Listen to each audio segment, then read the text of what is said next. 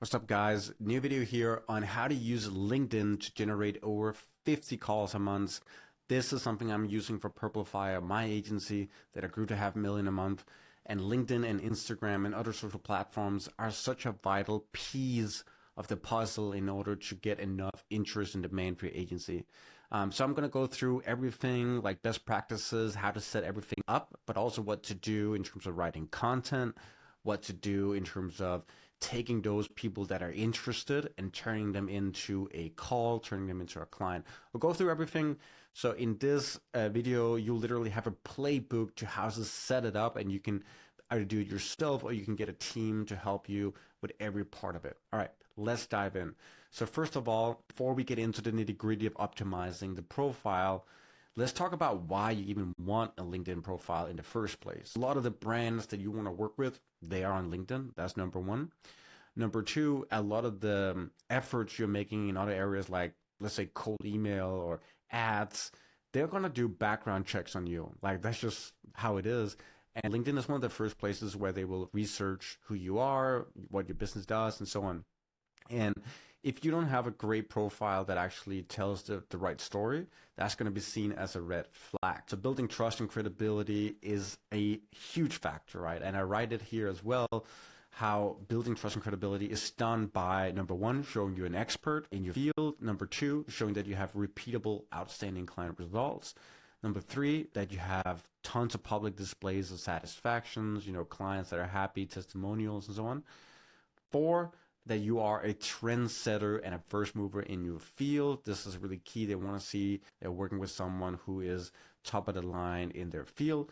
And then number five, of course, that you offer a variety of ways for people to work with you through different levels of commitment, whether that be a call, whether that be, that you have a lead magnet or whatever it is that you're setting up. And we're going to go through that, but that's why we want to set up trust and credibility. It is going to be essential, not just for LinkedIn and driving calls directly from that platform, which is possible, but also because it's going to help all your other platforms. And you're going to have to see this as an omni-channel approach to your marketing and making sure that people feel that you are a trustworthy partner.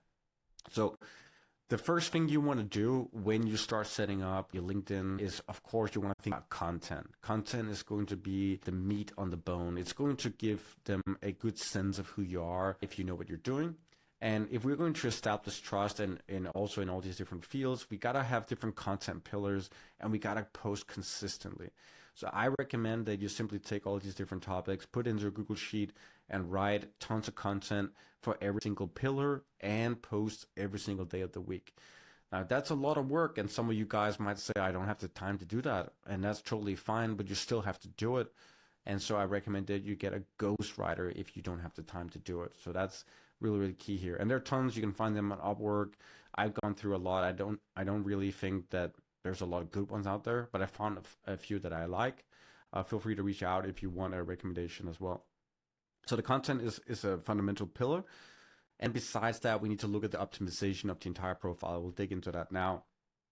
You can click this link here if you have access to this resource, and you can see the full sheet of everything I recommend that you work on. So first of all, we have above the fold, the headline, the banner, all the things above. I'll actually show you my profile. You can see there's a profile picture. You can see the banner.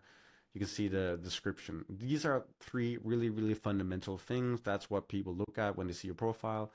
Those three things. Profile picture number one, some tips here is have a picture where it's easy to see your face. It cannot be too zoomed in and not too zoomed out. There's like a really nice sort of fine balance here. I would say having your shoulders, a little bit of your body showing is good, but don't have yourself completely zoomed out, right? That's key. You want to be smiling as well. You want it to be well lit. You want it to be in high resolution. If you don't have that, it's going to come immediately off as a red flag. So get that fixed immediately.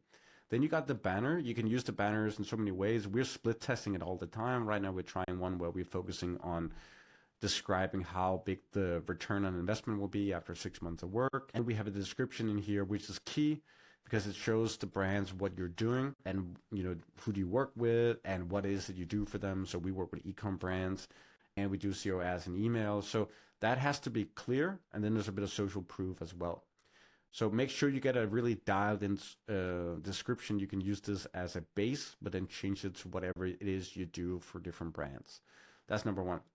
Now here you can add in a few different things. You can add in book an appointment, so they click that and they can see, they can go straight to your calendar. I would definitely recommend that as well. And then down here in the about section, service section, feature section, this is also huge. In my profile optimization, you can see I wrote a big story about who I am. It's a personal story. It's a way for them to connect with me. So I definitely recommend that you do a nice about section where they feel that when they read that story, they connect with you.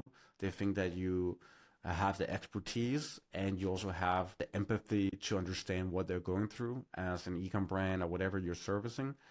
And so that story is a way to connect them with you. And it's really, really powerful if you do it well. So I would definitely say key to do it. Then you have your experience section as well, also key to give them a little bit more of like data on what it is you've done in the past, and just really, really important. You can click on all services and you can add in a lot of services here. I would say that's really nice for you to add in the different services that you do for different brands. Then you got the featured section, which is also really key. Quick way to work with me is to get a free 3-month growth plan that we do for our clients. And so that's one easy way to work with me. Then they can see past client wins. And then there's an offer for my agency coaching business. So 3 different ways to work with me. And I think that's key. Get the featured section done. If you don't have it, like that's something you should definitely be doing right now. You got your content stuff here. You can see obviously like it looks professional. And there's consistent content going on. There's lead magnets, like a lot of comments, a lot of likes. And this is something I definitely recommend is like once a week have a lead magnet with some kind of valuable resource that they can get if they comment on the post and follow you.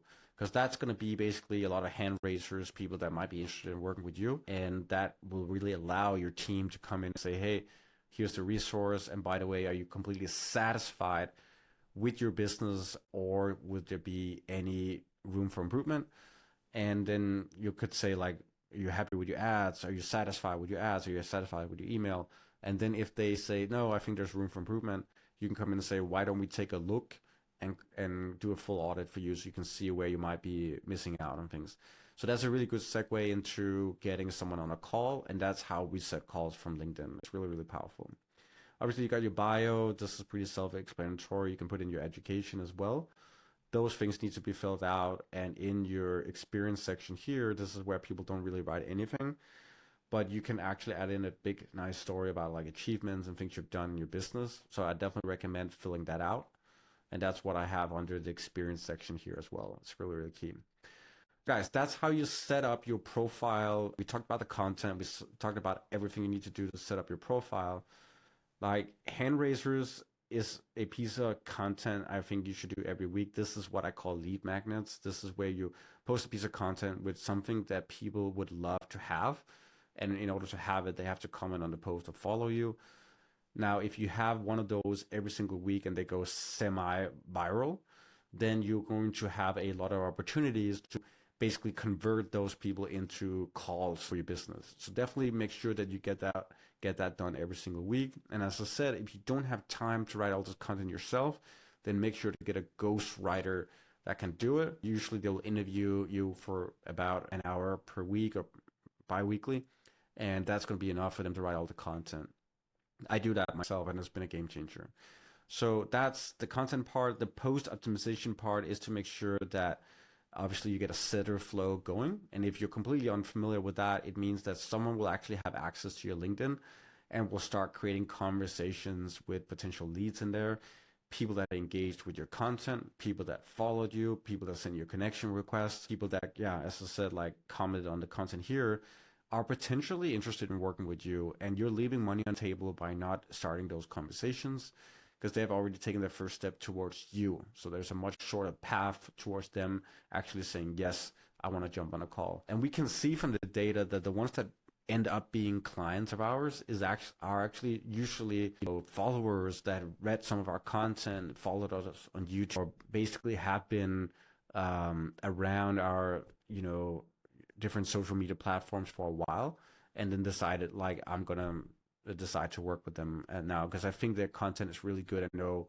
they're good at what they do. So anyway, guys, this is how to set up your LinkedIn profile. Now, don't forget that if you want help with scaling your agency, I do have an offer. To do that, you can click the link below and schedule a call with me to see if you're a good fit for an agency membership program that I'm running right now. Click the link below and we'll jump on a call to see if it's a good fit. And if it is, then we'll talk next steps and how we can make a big game changer for you. So anyway, talk soon. Bye.